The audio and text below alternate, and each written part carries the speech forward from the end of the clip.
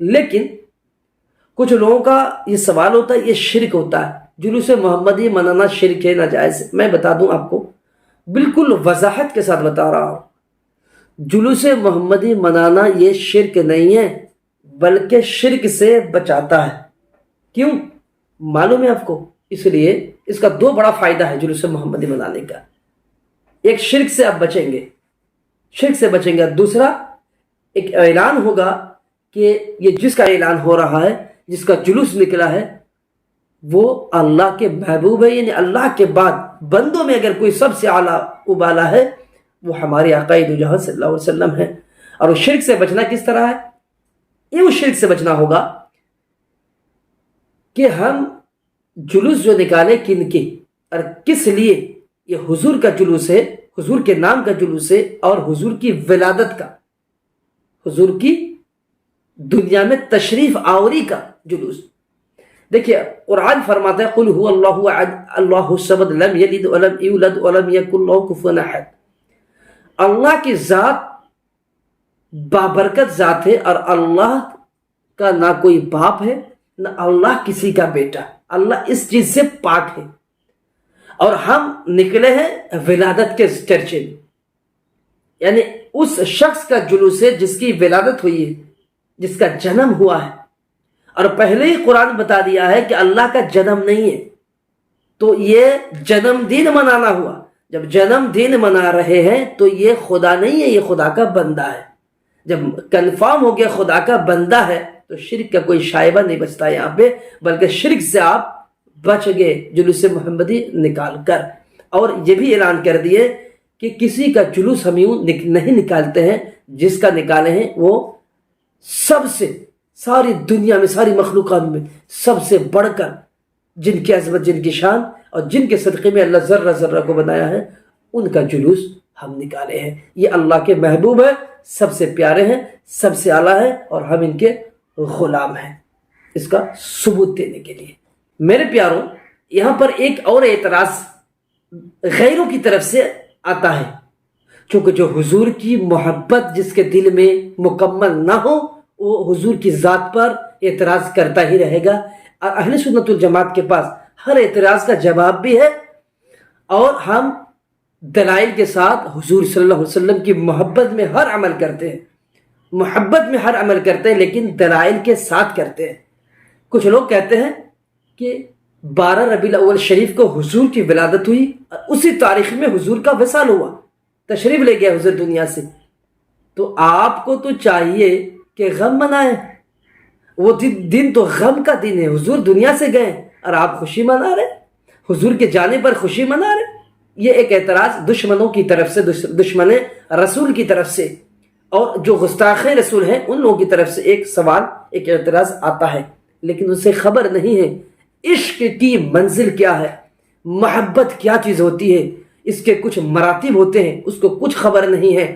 ارے یہ سوال کرنے سے پہلے صحابہ سے پوچھ لیتے، اے اللہ کے نبی کے صحابہ، حضور جب وضو فرماتے تھے، حضور وضو فرماتے ہیں، اور یہ بخاری شریف میں ہے یہ حدیث، کہ حضور جب وضو فرماتے ہیں تو اس پانی کو آپ لوگ کیوں چہرے پہ لے کے مل لیتے، اس پانی کو کیوں جسم میں مل لیتے تھے، اس پانی کے اس قدر ادب کیوں کرتے تھے؟ کیا حضور نے ارشاد فرمایا تھا؟ کہ یہ حضور کا فرمان تھا؟ ایک مرتبہ آپ ان سے یہ پوچھیں تو معلوم ہوگا صحابہ سے حضور نے نہیں کہا تھا، بلکہ ان کا عشق نے کہا تھا کہ جس حبیب کو آپ اس قدر محبت فرماتے ہو، جو اللہ کے محبوب ہوں، جو اللہ کے پیارے ہیں، ان سے محبت کرتے ہیں، تو پھر پوچھ کے جو ہے یہ عمل نہیں کرتے ہم، بلکہ ان کے عشق میں، ان کی محبت میں ہم کرتے ہیں۔ تو صحابہ سے ہم نے عقیدہ لیا ہے، اس بدبختوں سے نہیں۔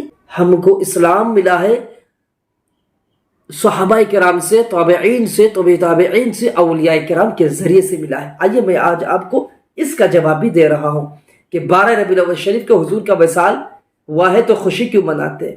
پہلا جواب یہ ہے، یاد رکھیے گا کہ جب بھی کسی کا وصال ہوتا ہے تو سوگ جو منایا جاتا ہے، دکھ جو منایا جاتا ہے، غم منایا جاتا ہے، وہ 3 دن، 3 دن سے زیادہ غم منانا یہ جائز ہے ہی نہیں شریعت میں۔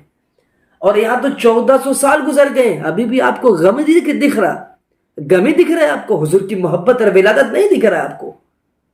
پہلا جواب تو یہ ہوا۔ اب دوسرا جواب یہ ہے کہ ہمارے نبی مصطفیٰ صلی اللہ علیہ وسلم آپ حیات النبی ہیں۔ حضور صلی اللہ علیہ وسلم کی روح جو نکلی ہے وہ ایک آن کے لیے تھی، چونکہ اس دنیا سے عالم برزخ کی طرف جانے کے لیے ایک ذریعہ ہے، ایک وسیلہ ہے، وہ روح کا نکلنا۔ تو رسول کریم صلی اللہ علیہ وسلم کی جو روح نکلی وہ ایک آن کے لیے تھی، پھر جا کے جو ہے جب حضور صلی اللہ علیہ وسلم کو روح عطا کر دی گئی، اور آج نبی کریم صلی اللہ علیہ وسلم قبر انور میں حیات کے ساتھ زندہ ہیں۔ آپ حیات النبی ہیں۔ نبی کریم صلی اللہ علیہ وسلم آج بھی قبر انور میں جسمانی طور پر آپ زندہ ہیں، جسمانی طور پر، جو کہ آپ حیات النبی ہیں۔ حضور صلی اللہ علیہ وسلم کے تعلق سے یہ اہل سنت الجماعت کا عقیدہ ہے، شروع سے بھی تھا اور آج بھی ہے، کہ حضور حیات النبی ہے۔ قرآن بھی اس کا گواہی دیتا ہے اور حدیث بھی۔ ان اللہ حرم علی الارض ان تأکل اجساد الانبیاء فنبی اللہ حی یرزق۔ اس کا مطلب یہ ہے کہ اللہ تعالیٰ نے زمین پر حرام کر دیا ہے کہ زمین انبیاء کے جسم کو کھائے، بلکہ وہ زندہ ہے اور اللہ انہیں رزق بھی عطا فرماتا ہے۔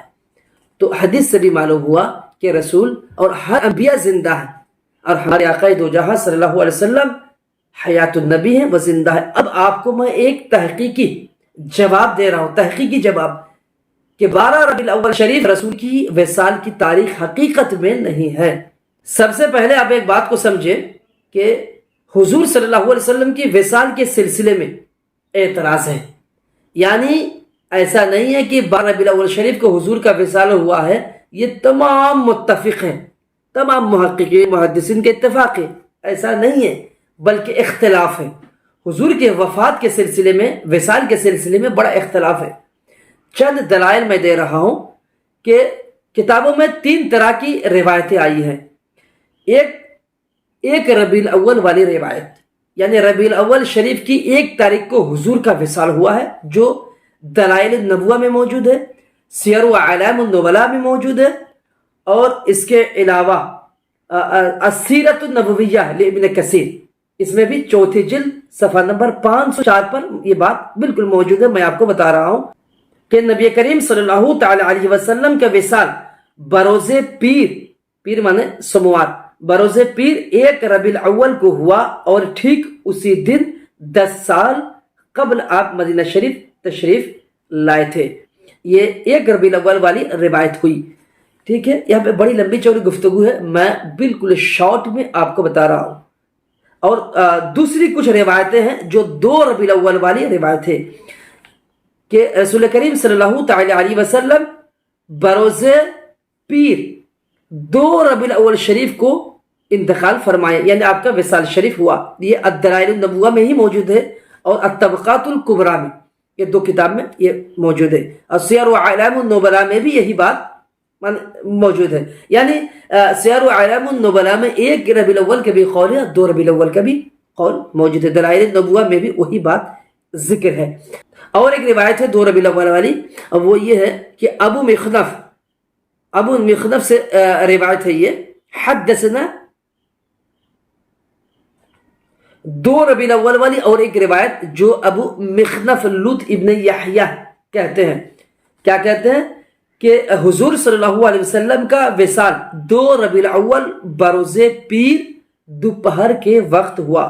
یہ تاریخ طبری کے اندر موجود ہے، 2 جلد صفحہ نمبر 232۔ یہ 1 ربیع الاول والی روایت ہوئی، اور 2 ربیع الاول والی روایت ہوئی۔ اب آئیے 12 ربیع الاول والی روایت۔ آپ کا وصال 12 ربیع الاول کو اس دن ہوا جس دن آپ ہجرت کر کے مدینہ تشریف لائے، لہذا اس حساب سے آپ کی ہجرت کو 10 سال مکمل ہو چکے تھے، اور یہ بات موجود ہے دلائل النبوہ۔ تو میرے پیاروں، آپ نے دیکھا کہ مختلف کتب میں مختلف روایت موجود ہے، کسی میں 1 ربیع الاول والی روایت ہے، کسی میں 2 ربیع الاول والی روایت ہے، اور کسی میں 12 ربیع الاول والی روایت ہے، اور کسی کتاب میں اختلاف موجود ہے، کتاب کے اندر ہی 2 روایتیں موجود ہیں، ایک ہی کتاب کے اندر۔ تو اب ان تینوں روایتوں میں کون سی روایت درست ہے، حالانکہ 12 ربیع الاول والی جو روایت ہے یہ زیادہ علماء نے اس کو بیان کیا ہے، حالانکہ اس کی حقیقت کیا اس کو جاننا ضروری ہے۔ دیکھیے مؤرخین کا ایک بات پر اتفاق ہے، تمام مؤرخین اور سیرت نگار اس بات پر متفق ہیں کہ حضور کا جو وصال ہوا وہ سوموار کو ہوا، یعنی ہر کوئی جو کہتے 1 ربیع الاول کو حضور کا وصال ہوا، جو کہتے 2 کو ہوا، جو کہتے 12 کو ہوا، سب ایک بات کہتے ہیں کہ پیر کا دن تھا، یعنی سوموار کو ہی انتقال ہوا، سوموار کو ہی حضور وصال فرمائے، یعنی سوموار کا ذکر ہر کسی کے پاس موجود ہے، پہلا۔ اور دوسرا ربیع الاول کا مہینہ تھا، یعنی ربیع الاول اور سوموار کا دن اس میں کوئی اختلاف نہیں۔ اور دوسری بات یہ ہے حجت الوداع کے موقع پر حضور نے جو آخری حج فرمایا تھا وہ حجت الوداع 9 عرفہ کا جو دن تھا وہ جمعہ کا دن تھا، اس میں کوئی اختلاف موجود نہیں۔ یعنی 3 چیزیں ہیں، ایک عرفہ کا دن، حجت الوداع کے عرفہ کا دن جمعہ کا دن، اور دوسرا ربیع الاول کا مہینہ، حضور کا وصال جو ہوا ربیع الاول کا مہینہ تھا، اور تیسرا کہ سوموار کا دن تھا۔ اس میں کسی کا کوئی اختلاف نہیں ہے، سب اس کو بیان کرتے ہیں، لیکن اختلاف ہو گیا، کوئی کہتے 1 ربیع الاول، کوئی کہتے 2 ربیع الاول، کوئی کہتے ہیں کہ 12 ربیع الاول حضور وصال فرمائے۔ اب اس چیز کو مد نظر رکھتے ہوئے ایک کیلنڈر میں آپ کو دکھا رہا ہوں، آپ اوپر دیکھیں اسکرین پہ دیا گیا ہے کیلنڈر۔ اس کیلنڈر کے مطابق اگر تینوں مہینے یعنی ذی الحج، محرم، سفر 30 کے مانے جائیں تو 12 ربیع الاول اتوار کا دن پڑتا ہے، پیر کا دن نہیں ہوتا ہے، سوموار نہیں پڑتا ہے۔ اور دوسرا کیلنڈر دیکھیں آپ، اس کیلنڈر کے مطابق یعنی ذی الحج، محرم، سفر تینوں مہینہ اگر 29 کے مانے گئے تو اس کیلنڈر کے لحاظ سے بھی 12 ربیع الاول سوموار کا دن نہیں پڑتا ہے بلکہ جمعرات کو پڑتا ہے، اور 2 ربیع الاول سوموار کو پڑے گا اگر تینوں 29 کے مان لیے جائیں تو۔ یعنی جو 2 ربیع الاول والی بات کرتے ہیں ان کی روایت اس کیلنڈر کے مطابق فٹ ہوتی ہے، 12 ربیع الاول والی روایت ابھی تک فٹ ان کی روایت کے مطابق اس کیلنڈر کے مطابق فٹ نہیں ہوتی ہے۔ اب آئیے، اگر یہ تیسرا کیلنڈر ہے، اس کیلنڈر کے مطابق جس میں ذی الحج اور محرم یہ 2 مہینہ 30 کے مانے گئے ہیں اور سفر 29 کو مانے گئے ہیں، اس کیلنڈر کے لحاظ سے 1 ربیع الاول منگل کو اور 12 ربیع الاول سنیچر کو ہوا، یعنی اس کیلنڈر کے مطابق بھی 12 ربیع الاول پیر کا دن نہیں پڑتا ہے۔ اور یہ چوتھا کیلنڈر آپ ملاحظہ کریں کہ اگر ذی الحج اور محرم 29 کا مانا جائے اور سفر 30 کے مانے گئے ہیں تو اس کیلنڈر کے مطابق پیر کا دن جو ہے 12 ربیع الاول نہیں پڑتا ہے بلکہ جمعہ کا دن ہوتا ہے، اور پیر کا دن یعنی سوموار 1 ربیع الاول ہوتا ہے۔ اچھا آپ آئیے 5واں کیلنڈر آپ دیکھیں، اس کیلنڈر کے مطابق جبکہ ذی الحج اور سفر 30 کو مان لیں اور محرم کو 29 مان لیں تو اس مطابق بھی 12 ربیع الاول سوموار نہیں پڑتا ہے بلکہ سنیچر کو پڑتا ہے۔ تو میرے پیارے آپ نے دیکھا کسی طریقے سے بھی آپ مان لیں، 30 مان لیں، 29 کا مان لیں، کچھ 29 مان لیں، کچھ 30 مان لیں، ہر اعتبار سے جو کیلنڈر نے دیکھا ہر اعتبار سے 12 ربیع الاول شریف کسی طریقے سے بھی سوموار کو نہیں پڑتا ہے۔ حالانکہ اس سے پہلے آپ نے پڑھا ہر مؤرخین، تاریخ نگار، سیرت نگار ان کے اتفاق ہے کہ 12 ربیع الاول حضور کے وصال کی جو تاریخ تھی وہ سوموار تھا، یہ دن، اس دن میں کسی کے اختلاف نہیں، ربیع الاول کا مہینہ تھا اور سوموار تھا، اس میں اختلاف نہیں ہے۔ اب یہ کیلنڈر جو ذی الحج، حجت الوداع، عرفات میں جمعہ کا دن تھا، اس حساب سے بنایا گیا ہے، اس حساب سے اس میں علماء کے اختلاف نہیں ہے، اس حساب سے بنایا گیا ہے۔ تو ریکارڈ کے مطابق اگر کیلنڈر کو بنانے کے باوجود 12 ربیع الاول یہ سوال ملتا ہے تو یقیناً ہو گیا 12 ربیع الاول شریف کا رسول سال نہیں ہوا۔ اگر بہت سارے علماء 12 ربیع الاول کو نقل کرتے رہے بلکہ جمہور اسی کو نقل کیے، جمہور کا قول یہی ہے۔ اب اس تعلق سے میں آپ کو بڑی پختہ بات دے رہا ہوں جو علامہ شمس الدین الذہبی اپنی کتاب میں لکھتے ہیں، سیر و اعلام النبلاء کے اندر آپ کیا لکھتے ہیں کہ چونکہ نبی کریم صلی اللہ علیہ وسلم کا وصال پیر کے دن ہوا، اس لیے اس دن ربیع الاول کی 2 تاریخ ہوگی یا آس پاس کی کوئی تاریخ ہوگی۔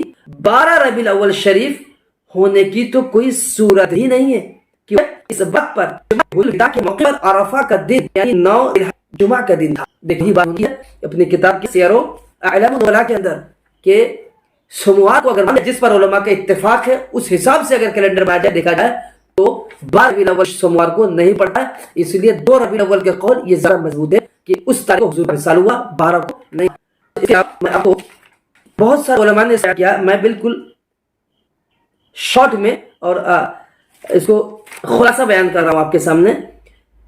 اس کو علماء نے بیان کیا، میں آپ کو خلاصہ بالکل بیان کر رہا ہوں۔ علامہ ابن حجر عسقلانی آخری بات بتا رہا ہوں، اب آخری بات جو علامہ ابن حجر عسقلانی رحمت اللہ علیہ، بڑی ذات اور بڑی شخصیت، بڑے محدث، آخری آپ فیصلہ کرتے ہیں فتح الباری جلد 8 صفحہ نمبر 106 پر۔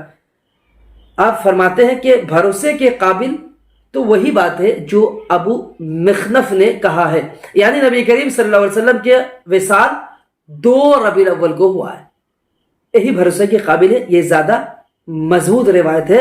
اور دوسرے لوگوں سے اس معاملے میں غلطی اس لیے ہوئی، یعنی آپ کہتے ہیں کہ دوسرے لوگوں سے غلطی ہوئی ہے، اور وہ اس لیے ہوئی کہ جن لوگوں سے 12 ربیع الاول کی روایت آئی ہے اس میں بھی دراصل 2 ہی ربیع الاول کا ذکر تھا، 12 کا ذکر نہیں تھا۔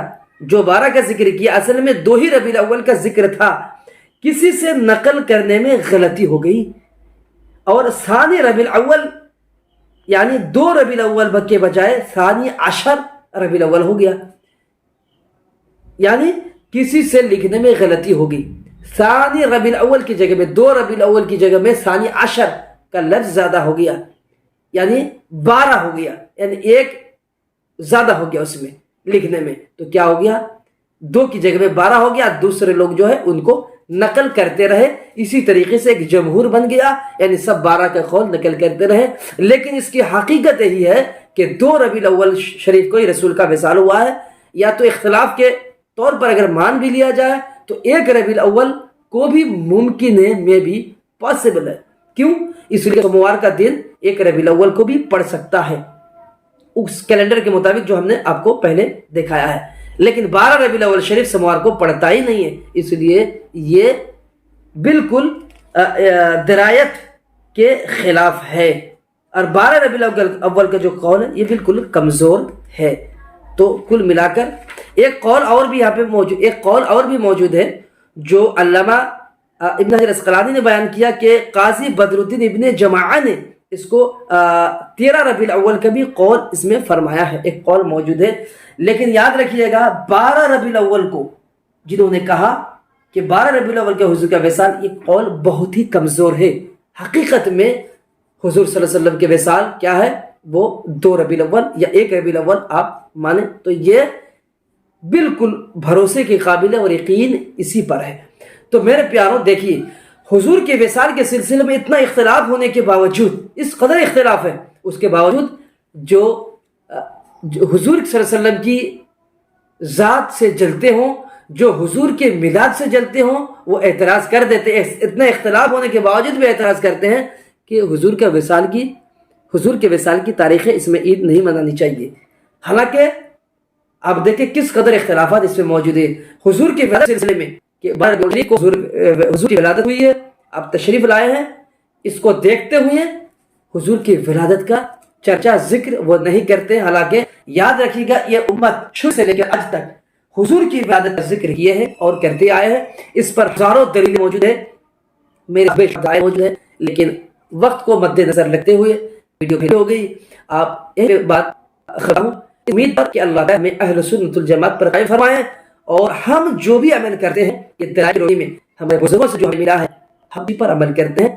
آپ عید میلاد النبی بالکل یقین کے ساتھ آپ اس طریقے سے مناتے تھے، اس سے بھی بہترین طریقے سے آپ حضور صلی اللہ علیہ وسلم کی عید میلاد النبی کا جلوس منائیں، آپ شامل رہیں، آپ لوگوں کو لے کے نکلے کہ دنیا کو معلوم ہو جائے حضور کی ولادت کا دن اور حضور کی عظمت کا چرچا کونے کونے تک پہنچ جائے۔